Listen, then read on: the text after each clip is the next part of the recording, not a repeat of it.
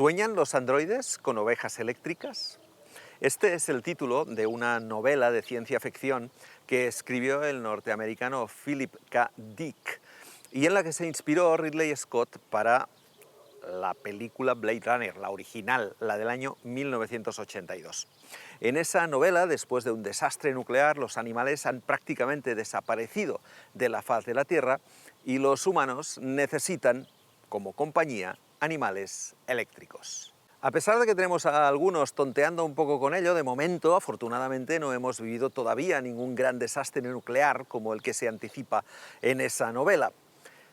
Y tampoco, todavía, tenemos una amplia gama de animales domésticos eléctricos, pero algunos de nuestros compañeros, sobre todo de viaje, ya son eléctricos. Es obvio que los coches eléctricos empiezan a proliferar. Las gamas se expanden, llegan a todos los segmentos del mercado. ¿Acabaremos soñando con GTIs eléctricos? Pues soñar no sé si soñaremos, pero lo cierto es que los GTI eléctricos son una realidad. Son coches que no hacen ruido, cierto, que no tienen cambio, cierto también, pero son potentes, aceleran muchísimo y tienen un chasis pensado para hacernos disfrutar. Hoy vamos a probar tres de ellos, representantes cada uno en su segmento de esta nueva generación de GTI eléctricos. Para empezar tenemos el Alpine A290 GTS como representante de los hot hatch. Luego tenemos el Alfa Romeo Junior Veloce, uno de estos sub a medio camino entre el segmento B y el segmento C. Y por último, pero no menos importante, tenemos al Cupra Born VZ, un veloz compacto del segmento C. Mirad, que esto es todavía incipiente, pero en este mercado de los eléctricos de altas prestaciones ya empieza a haber oferta. Contra el Alpine A290 tenemos ahora mismo el Mini E John Cooper Works con motor de 258 caballos, el Lancia YHF con 280 caballos que probamos recientemente en el circuito de Baloco y que nos gustó mucho, y el Peugeot E208 GTI con el mismo motor que el Lancia. Y tanto Cupra como Volkswagen tendrán seguro versiones potentes de los futuros Raval e ID.2, al menos a tenor de los concept cars con los que ambos han sido anticipados. En el segmento del Alfa Romeo Junior Veloce, de momento, casi todo lo que hay llega de la mano de Stellantis, con el propio Alfa, el Abarth 600e, que dispone de exactamente el mismo propulsor de 280 caballos y de la misma batería, y el ya próximo Opel Mokka GSE, en su fase final de desarrollo y con la misma base. El Cassi obedece a que también existen el Mini Aceman en su versión John Cooper Works con 258 caballos de potencia y el Volvo EX30 de 2 motores con 428 caballos que, no obstante, y a pesar de ser muy potente, se aparta un poco de esta filosofía GTI. Y finalmente, entre los compactos del segmento C, en el que milita el Cupra Born VZ con sus 328 caballos, sus rivales directos son su primo, el Volkswagen ID.3 GTX con 286 o 326 caballos, los Smart número 1 y número 3 Brabus, que aunque tienen carrocería SUV están en dimensiones similares y tienen 428 caballos, como el Volvo, ya que son primos hermanos, y el más potente de todos, el MG4 X-Power, que tiene una potencia de 435 caballos y que cuenta con una relación precio-potencia realmente imbatible. Bonito repaso a lo que hay en el mercado, pero aquí tenemos tres coches que piden guerra. ¿Qué os parece si los conducimos? Eso, Joan, digo yo que mejor vamos a conducirlos ya directamente porque, si lo piensas, ya tenemos una prueba del Alpine que nos trajo Rebeca desde Mallorca, tú nos trajiste la prueba del Alfa desde Baloco y también tenemos una prueba del Cupra Born. De manera que sí, que tenéis razón. Por lo tanto, como dirías tú, Juan Carlos, al lío. De todas maneras, dejadme que antes os haga un repaso rapidísimo de cada uno de estos tres coches. El Alpine A290 es la versión deportiva del Renault 5. Tiene 218 caballos de potencia, hay otro menos potente llamado GT de 177 caballos y cuesta desde 44.700 euros. Como todos los eléctricos tiene velocidad limitada, en este caso a 170 km por hora. Acelera de 0 a 100 en 6,4 segundos, consume 16,6 kWh de media homologada y tiene una batería de 52 kWh que le proporciona una autonomía de 361 km. Por dentro es un Renault 5 con toques deportivos y por fuera también, con unos paragolpes diferentes, aletas más anchas, llantas de 19 pulgadas y un aspecto más agresivo. La verdad es que el coche mola. El Alpine mola mucho. Es el más deportivo con diferencia, no solo por cómo va, sino además por el entorno. Es decir, lo ves desde fuera y dices, pues es un Renault 5, evidentemente, pero la diferencia estética con respecto del Renault 5 es la más acusada. El Alfa es también un poco distinto con respecto al resto, porque es un poco más ancho, un poco más bajo.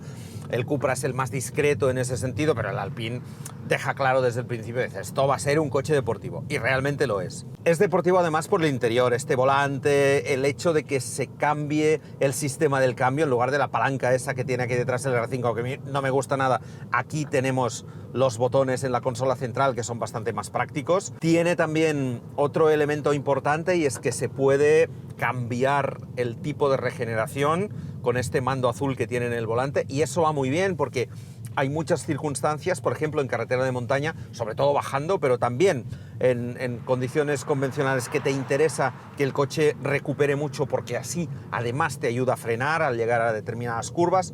Por lo tanto, en ese sentido, insisto, es el que tiene el aspecto, pero también las sensaciones más deportivas, ¿vale? Tiene una dirección que me gusta más la del Alfa, pero esta no está nada mal, sobre todo el primer cuarto, cuando tienes que meter el coche, es muy eficaz y además es muy precisa, y eso mola, muy precisa. Por lo demás, en el modo Sport es mucho más reactivo, pero da la sensación de que es el que tiene el eje delantero más, no voy a decir problemático porque no lo es, pero sí que le cuesta más transmitir la potencia al suelo. El Cupra lo tiene muy bien resuelto porque es tracción trasera. El Alfa también porque lleva el autoblocante. Y en el Alpine a mí me falta ese autoblocante que tiene el Alfa. Si este coche lo tuviera, yo creo que sería redondo. Porque por lo demás, el motor empuja mucho, menos que los otros, pero como pesa poquito, el resultado es muy parecido, acelera muy bien, por lo tanto, recupera muy bien, la velocidad de paso por curva es muy buena, el coche se aguanta muchísimo, lleva mucha rueda. Insisto, las sensaciones son muy buenas al volante del Alpine, pero me falta eso, un poco de precisión. La suspensión yo la habría hecho un poquito más dura, sobre todo en extensión. En compresión ya está bien, pero en extensión yo creo que tiene un poco demasiado recorrido, pero eso es un matiz, ¿vale? Lo que menos me gusta, digamos, es la calidad de tracción, porque obliga a intervenir bastante al control de tracción, sobre todo en una conducción muy rápida. Por lo demás, insisto, para mí el más deportivo, el más juguete, el más para pasárselo bien en una carretera de montaña, con el pequeño inconveniente, eso sí, de que es el que menos autonomía tiene y por lo tanto con el que habrá que dejar de divertirse antes y pasar antes a recargar. Tengo que reconocer que los primeros kilómetros que hice al volante del Alpine A290 me dejaron un poquito frío. Me dio la sensación de que esto era simplemente un utilitario vitaminado. Pero, amigos míos, cuán equivocado estaba y cuánto me alegro, porque este coche me parece el más divertido de conducir de los tres de esta comparativa. Y eso que es claramente el menos potente, pero a cambio es el más ágil, el más malote, el más ratonero, el que mejor se adapta a las carreteras reviradas, y aquí se nota su ventaja de tamaño, el hecho de ser un coche pequeñito. De todas maneras, potencia no le falta para nada, la sensación de empuje es muy buena, hasta el punto de que podemos tener ciertas pérdidas de tracción en el eje delantero. En cuanto al chasis, mi opinión es que las suspensiones son blanditas, sobre todo si vamos a hacer curvas rápidas y de radio amplio, pero para moverse por carreteras de montaña me parece muy bien ajustada, y también tiene la ventaja de que puede ser un coche cómodo para el día a día. Por lo tanto, muy completo, teniendo en cuenta que las suspensiones son fijas y no se pueden modificar. Lo que más me ha gustado de todo es, con gran diferencia, la frenada, por su intensidad, por su fuerza, por el hecho de que podemos regular el pedal a base de presión, como si fuese en un coche de carrera. Y la dirección pues no es ni rápida ni lenta, ni transmite demasiado las manos, pero es muy intuitiva, y uno se acostumbra muy rápidamente y conoce muy rápidamente cuál es la capacidad de giro de este coche. Por lo tanto, en conjunto, y como decía antes, el Alpine A290 me parece el más divertido de conducir de los tres, con la ventaja añadida de que es un coche que puede ser realmente práctico para el uso diario, a menos que necesitemos llevar a la familia, porque las plazas traseras dan para lo que dan. Y además me gusta por diseño exterior y también interior, incluyendo y quizás destacando el diseño del volante con este botón selector de modos de conducción, con esta palanquita con la que regulas la recuperación de energía cinética y también con este botón de adelantar que cuando lo pulsas te libera toda la energía del motor. Del Alpine me gusta de entrada, iba a decir el volante, pero el volante no, porque es medio achatado por arriba, achatado del todo por abajo, no. Lo que me gusta son los mandos que tiene, como por ejemplo este de aquí, que es para regular la recarga de la batería, que bueno, te puedes tirar el rollo y decir, bueno, voy a variar el reparto de frenada, como Colapinto con su F1. No, este mando de aquí, que es los diferentes modos de conducción, y este rojo de aquí, que es el Overtake, que cuando lo utilizas da una potencia extra durante unos segundos, pero que es brutal cómo acelera el coche cuando utilizamos el Overtake. Fuera de eso, el Alpine me ha gustado mucho, me está gustando mucho, porque es el menos potente, pero es el más ligero y es el que más transmite eso, ligereza y, ¿sabes?, agilidad. El tacto de dirección es muy bueno, sobre todo el inicio, es muy preciso, nada más tocarlo, nada más tocar la dirección entra en el viraje con mucha precisión. Y tiene también un traslado de suspensión bastante equilibrado. En zonas viradas va bien porque se puede aprovechar toda la potencia. Quizás si tuviera más potencia y no tuviera un autoblocante no se podría aprovechar, o sea que está bastante bien. Para mí es muy efectivo en zonas viradas con lo que tiene. Y en zonas rápidas pues quizás no es el más aplomado, pero sí que mantiene bastante bien la suspensión, mantiene bastante bien en zonas rápidas. Es decir, no es el mejor quizás para viajar, pero es el más divertido, es el más ágil y es un conjunto, en mi opinión, muy logrado. Y sobre todo, tiene los mejores frenos de los 3 de hoy y quizá de los eléctricos en general, al menos de los que yo he probado. El Alfa Romeo Junior Elettrica Veloce, este es su nombre completo, tiene un motor de 280 caballos, es un poquito más grande que el Alpine, mide 4,17 por los 3,95 del francés y es un poquito más caro, ya que arranca en 46.100 euros. La batería es de 54 kWh y como gasta un poquito más, 18,6 kWh los 100 homologados, tiene menos autonomía, con 322 kilómetros, que son muy poquitos.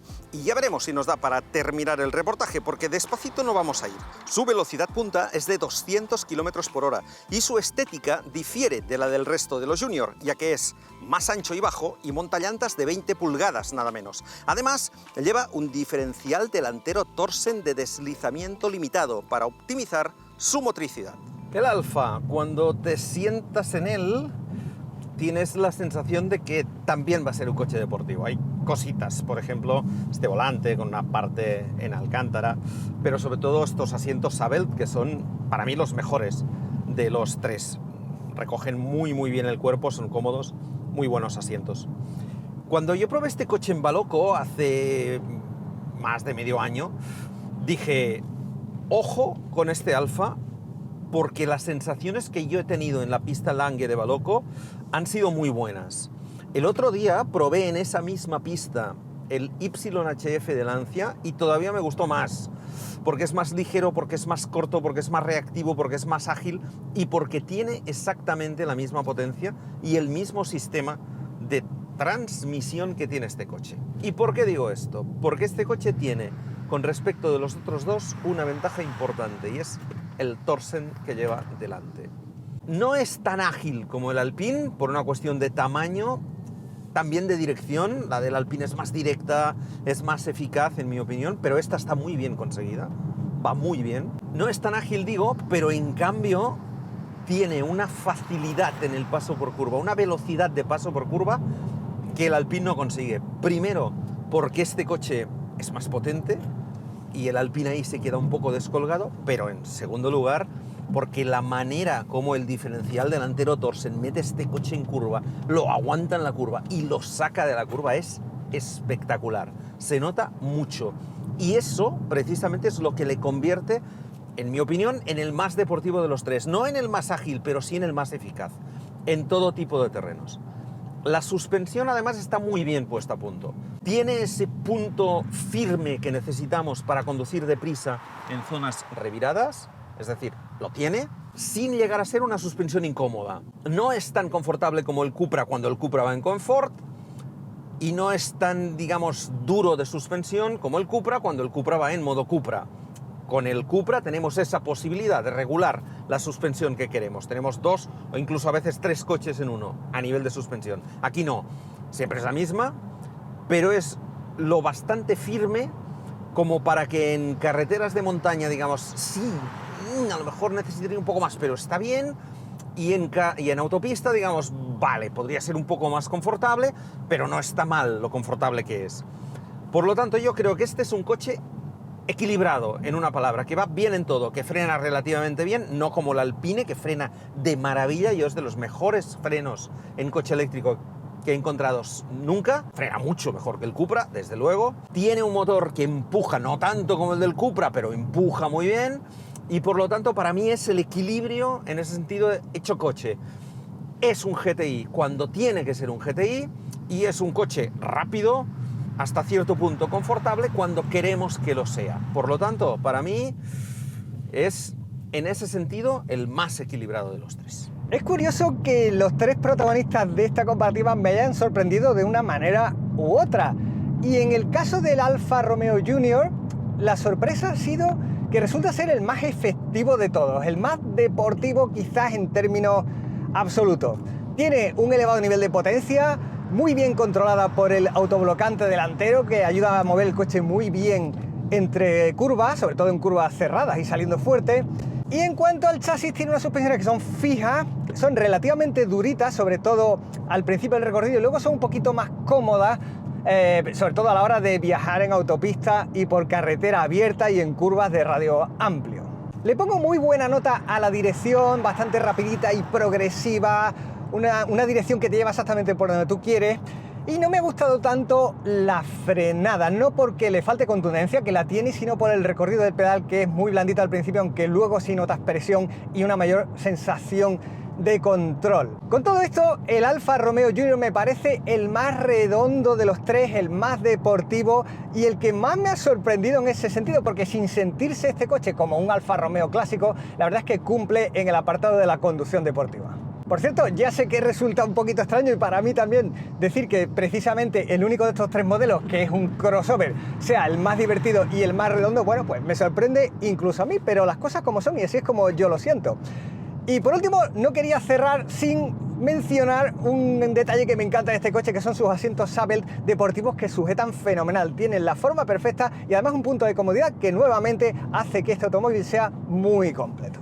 El Alfa Romeo para mí es una sorpresa positiva, porque es un coche que está muy equilibrado de todo. Es un coche redondo en el sentido de que tiene suficiente potencia. A ver, todos los tres coches de hoy tienen una respuesta fantástica, pero en el Alfa tiene una buena respuesta.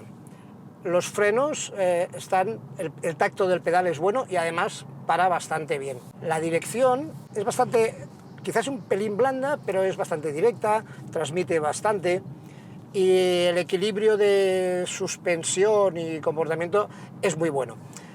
Y sobre todo, al tener autoblocante, en zonas muy viradas es bestial, se nota, se aprovecha muy bien y hace que sea un coche muy eficaz en curvas, ¿no? En carreteras de montaña.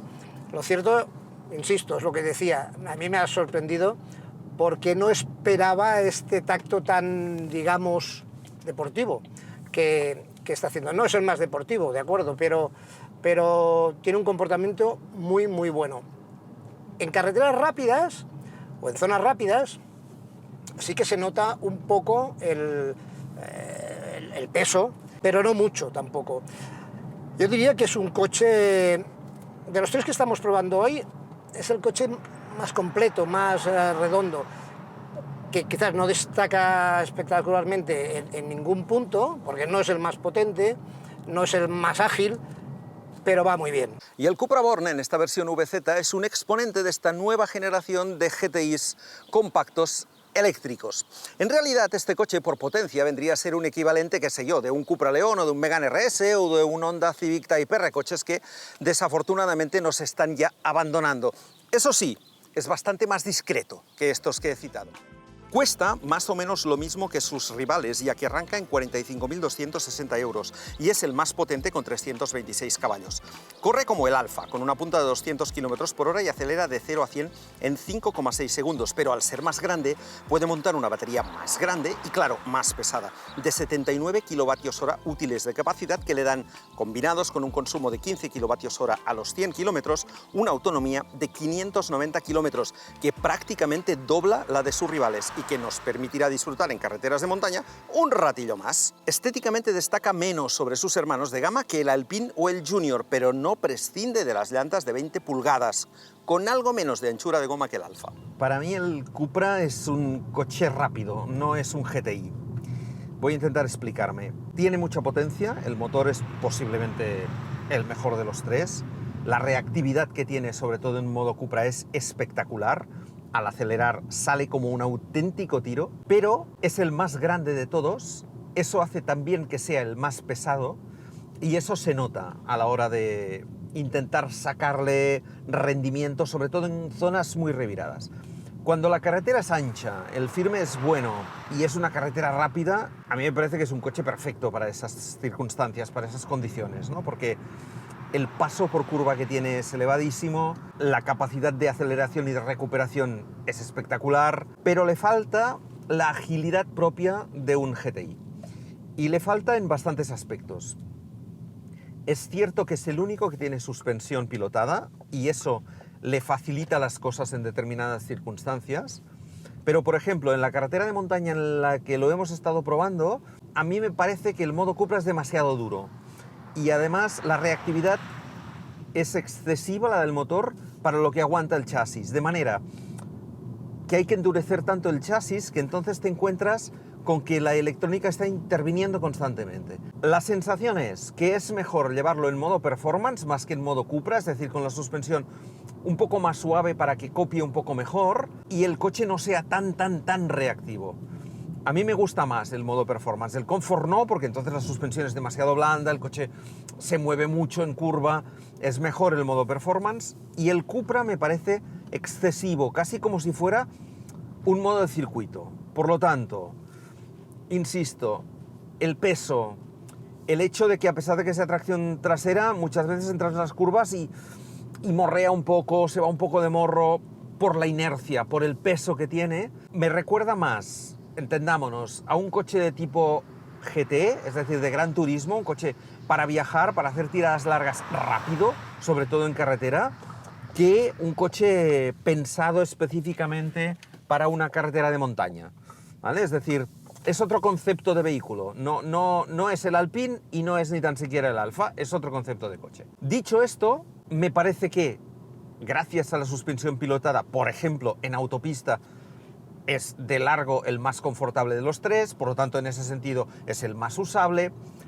en ciudad es el más cómodo, es también el que ofrece por su tamaño la mejor habitabilidad, el mejor maletero, digamos está más apropiado para un uso familiar que cualquiera de los otros dos, es un poco ese espíritu de coche rápido, de coche familiar rápido, para alguien que le guste conducir, le guste ir más o menos rapidito en muchas circunstancias, y además que pueda tener ese doble uso de coche para divertirse un poco, pero también de coche familiar. Entonces ahí yo creo que el Cupra encaja. ¿Qué no me ha gustado de este coche? Sobre todo la frenada. Yo creo que es impropia de un coche de este nivel de potencia. Tiene dos problemas. El primero es la modulación del pedal, es horrible, de verdad. Muy mala, es decir, se hunde mucho el pedal hasta llegar al freno real. Y luego ese freno real, entre que tardas mucho en llegar y que luego lo puedes modular muy poco porque estás ya prácticamente a final de recorrido, me parece que no es presentable. A mí me extraña, lo voy a decir así, me extraña que Cupra haya hecho un tacto de freno para este coche así. Me sorprende mucho, no me gusta nada. Sobre el papel, el Cupra Born lo tiene todo para ser el ganador de esta comparativa, o ser al menos el más deportivo de los tres coches. Porque, si lo pensamos, es el más potente de todos. Tiene motor trasero, tracción trasera, suspensiones regulables y hasta unos asientos que sujetan verdaderamente bien el cuerpo y son chulísimos de diseño.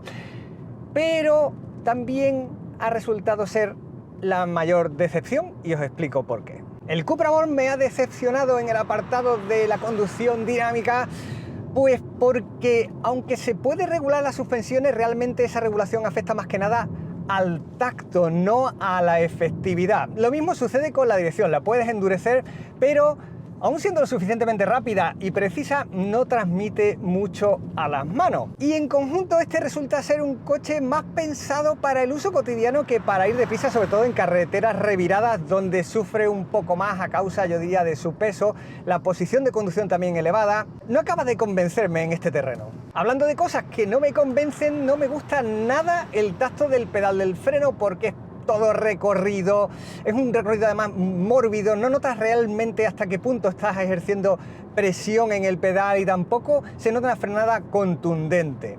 De manera que entre unas cosas y otras, este es un coche muy fino para el uso diario, es quizás el mejor para viajar por carretera y por autopista, pero es, en mi opinión, pese a contar con ese motor trasero que no se acaba de notar tan vivo, sí muy potente, pero no muy fiero, digamos, de alguna manera. Por todo esto me parece el coche ideal para el uso cotidiano, pero el perdedor en términos de capacidad para conducirse deprisa. El Cupra es el más potente con diferencia, también es el más pesado. Y un poco como me ha pasado con el Alfa Romeo, ha sido un poco sorpresa, pero esta vez no tan positiva, porque es verdad que la respuesta es brutal, sobre todo si utilizamos el modo Sport, y es muy potente, pero el comportamiento no es el que esperaba. La verdad es que, bueno, es el más pesado, se nota que los kilos que tiene pues se notan en zonas viradas, aunque va muy bien, la dirección tiene un buen tacto, es bastante, no es rapidísima y está un tanto desmultiplicada, pero va bien. El problema es que en zonas muy viradas, si quieres ir deprisa, es un pelín blando y pesado, pero eso se soluciona con el modo Sport, porque la dureza de la suspensión varía, y entonces ese problema, si es que fuera un problema, lo tenemos solucionado, porque realmente se nota mucho la diferencia entre la suspensión cuando va en modo confort y la modo Sport. Y ese problema lo tenemos ya, digamos, solucionado si quisiéramos. Lo que ocurre, a ver si lo voy a saber explicar, porque no creáis que no es fácil. En modo Sport, la potencia, ya digo que la potencia es fantástica. La respuesta inmediata en modo Sport es increíble. Esa respuesta al gas es rapidísima y brutal, diría, ¿no? Y eso hace que en virajes, en cuanto estamos entrando en el viraje, en cuanto damos gas, a pesar de ser tracción trasera, tiene una tendencia a subvirar rapidísima. Y los controles lo paran, pero hace que la conducción sea poco fluida, digamos. Vas un poco como, entre comillas, a trompicones. Y eso ha sido un poco la sensación que me ha dado, ¿no? Y bueno, me hace... Al final es un coche con el que en confort es fantástico, se puede viajar pero muy rápido, es un coche para ir entre comillas rápido, pero no en una conducción deportiva, ¿no? Y bueno, y eso me ha sorprendido un poco. Digamos que así como el Alfa para mí es un coche muy redondo, este me ha faltado un poco de esa fluidez y de ese poder conducirlo cómodamente, incluso en zonas de curvas cerradas y lentas. Y por otra parte, lo que no me ha gustado nada y con diferencia ha sido el peor de los tres que estamos probando hoy, es los frenos. Tiene un tacto de frenos horroroso. Horroroso me refiero a que es muy esponjoso, o sea, el pedal baja prácticamente hasta abajo de todo. Y la frenada, sí, claro que sí que frena, pero tampoco es excesivamente potente. Por lo tanto, ese para mí es el punto más mejorable del Cupra.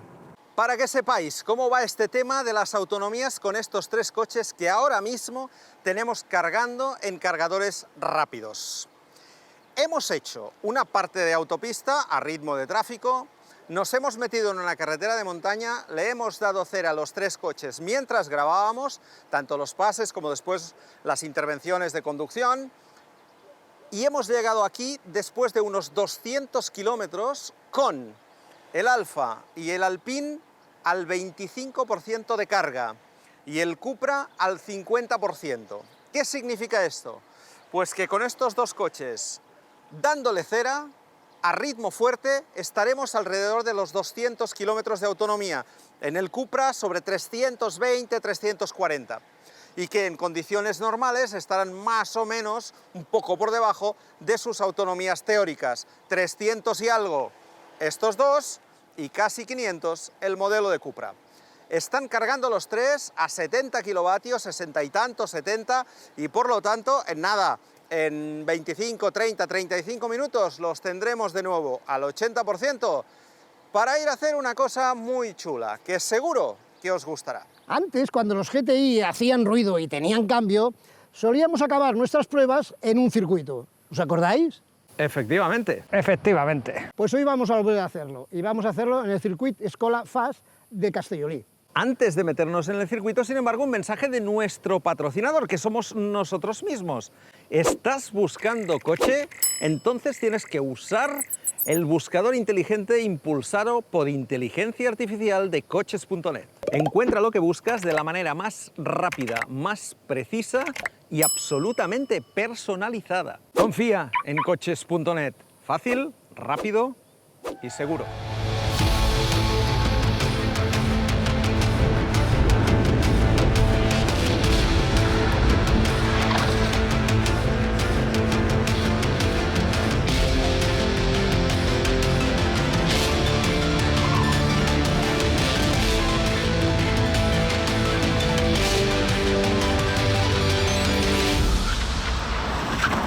Un circuito como este, que es un circuito de aprendizaje muy pequeño, con muchas curvas, algunas cerradas, otras enlazadas, en realidad es un circuito muy ratonero, y es aquí donde las virtudes y los defectos de los motores y de los chasis se amplifican. Y como en el equipo tenemos un piloto, hemos decidido que no estaría mal que fuese precisamente él el que dé unas vueltecitas aquí y nos comente qué le parecen estos coches aquí, en la pista. Así que, Luismi, dale. ¡Buah! Cómo me gusta el Alpine, la verdad. En carretera ya me ha gustado mucho, y aquí en el circuito un poco corrobora lo que decíamos. Es súper ágil, tiene una dirección muy precisa, rápida, hace entrar en los virajes aquí, en estas curvas tan cerradas, entra de maravilla. Se coloca muy bien, cuando haces la entrada rápida se coloca un poquito de atrás, y bueno, me parece una pasada. Al ser el menos potente también lo compensa con menos peso, pero tiene la frenada es espectacular, tiene un tacto casi de carreras, casi de coche de carreras, porque es duro y se puede osificar súper bien, y el conjunto es bestial. Un poquitín blando al límite, sí, pero como todos, y además, ¿y le falta un poquito de potencia? Pues sí, comparado con los otros dos de hoy, pero es igual, es súper rápido, es muy eficaz, divertidísimo, es el más divertido, es el que transmite más sensaciones, y la verdad es que es un conjunto fenomenal. Bueno, ahora para enfriar un poco después de las vueltas que he dado en el circuito, probando a fondo, digamos, os puedo explicar un poco las sensaciones, y si ya habíamos probado en carretera, que a veces entre la carretera y un circuito las cosas cambian mucho. Con el Alfa Romeo ya no, me ha gustado mucho en la carretera, pero os decía que era un coche que me parecía muy completo y que no destacaba especialmente en nada, pero que iba bien en todos los apartados. Pues aquí me ha vuelto a sorprender, y además muchísimo, porque en un circuito tan ratonero como este es súper efectivo. Es verdad que aquí se nota mucho, pero muchísimo, el autoblocante, que además, en mi opinión, está muy conseguido, muy bien puesto a punto, y lo hace ser súper efectivo. Es rápido, En los cambios de dirección es un poco, se nota un poco más blando al caer en el cambio o en el balanceo, pero tengo que decir solamente cosas positivas, porque me ha sorprendido mucho. Se va muy rápido, se puede ir muy rápido y además con facilidad. Y también tiene un tacto de freno y una frenada potente y muy buena. La verdad, súper bien. Bueno, pues ya he dado las vueltas con el Cupra y ahora mientras enfriamos también os doy las sensaciones aquí en este circuito. La potencia es genial, o sea, acelera como una bestia, y aquí en este circuito tan ratonero se nota mucho el peso, y si fuerzas un poco, si entras un pelo, no colado, pero conduciendo al límite, tiene un poco de subviraje. En realidad se nota un poco pesado para un circuito de este tipo, pero tengo que decir que me ha gustado más aquí que en la carretera. Y de hecho aquí hemos hecho con los controles, como hemos hecho con todos, estándar y tal, y pudiendo desconectar todos los controles, creo que hubiera sido quizás más eficaz, porque en algunos puntos, en el momento que empieza a colocarse o a marchar un poquito, entran los controles y lo frenan demasiado. O sea, digamos que de alguna manera son demasiado intrusivos para un circuito. Pero aquello que he explicado en carretera, que poniéndolo en Sport la potencia era muy bruta, por decir, demasiado potente, y entonces los controles entraban y en la carretera incomodaba, aquí no tanto. A nivel de sensación de conducir, a nivel de efectividad, como lo para demasiado cuando ya estás al límite, pues entonces yo creo que podría ser más rápido, pero demasiado control. Bueno, David, otra vez en tu casa, gracias. Vuestra casa. Gracias. Oye, ¿te acuerdas de los GTIs, de motor, cambios, guapos, eh? Pelazo, yo tenía un pelazo. No hablemos de pelazo, no, los GTIs de siempre. Ahora, has visto, estamos con los GTIs, digamos, eléctricos. ¿Qué te parece? ¿Qué me dices? A ver, espera, yo ya me estoy preparando, ¿eh? Me estoy preparando. A mí los eléctricos, hay una parte, el freno, para alguien muy purista, sí que realmente el freno del eléctrico interviene mucho el coche y no deja que tú puedas ejercer al 100%, pero el resto para mí es algo que a mí me gustan. Yo tengo un híbrido enchufable y a mí el eléctrico, oye, transmite sensaciones y me gusta. Ya lo sé que ahora me van a caer, tranquilos. ¿Sabes cuántos te van a caer, no? Tranquilos, porque ¿sabes qué pasa? Que los coches a combustión también me gustan, pero realmente la conducción de un vehículo eléctrico para circular normal por la calle, no está hablando de temas de recargas, pero para circular, hostia, es una conducción muy agradable y no necesitas gastarte un gran capital para tener una buena aceleración. Eso es verdad. Ahora, ¿qué dices? A ir por la calle y tal, pero estamos aquí. ¿Sí? Aquí hemos hecho comparativas con GTIs en otros tiempos. Me acuerdo. ¿Por qué, ya que estamos, voy a abusar? Ya que esta es tu casa, vas más rápido que nadie aquí, lo conoces mejor que nadie, pero nos haces otro favor. Dime. Nos haces un tiempecito con cada coche. Mejor que tú, nadie. Pues, oye, estos favores son el tipo de favores que me encantan. ¿Sí? Ya lo sabes. Dale caña, me encanta el circuito. Pues venga. ¿Sí? Venga, vamos allá. Gracias. A ti. Vámonos.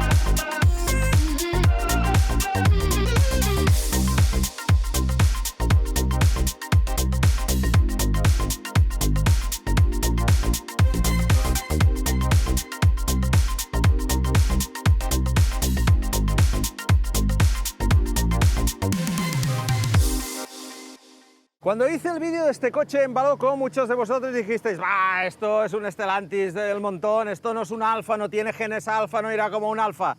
Pues mirad, el más rápido en la pista del Fast. En definitiva, chicos, lo que buscábamos con esta comparativa, que no es una comparativa porque nadie va a dudar entre comprarse un Alpine o comprarse un Cupra, porque son coches muy distintos, lo que queríamos, digo, era demostrar que ahora que se nos van los GTI de combustión, ahora que el gobierno quiere incluso que ni tan siquiera puedan anunciarse los coches que son únicamente de combustión, el futuro son los GTI eléctricos. Por lo tanto, ya habéis visto que sí, que si corremos un tupido velo en el tema de la autonomía, en el resto de los aspectos, estos coches y los que son como ellos, que ya empieza a haber unos cuantos, nos van a permitir al menos disfrutar al volante en el futuro. Chicos, no está todo perdido y ya sé que esto puede generar polémica, de modo que sabiendo que este será un vídeo polémico, como dice aquí mi amigo, comentemos amigablemente.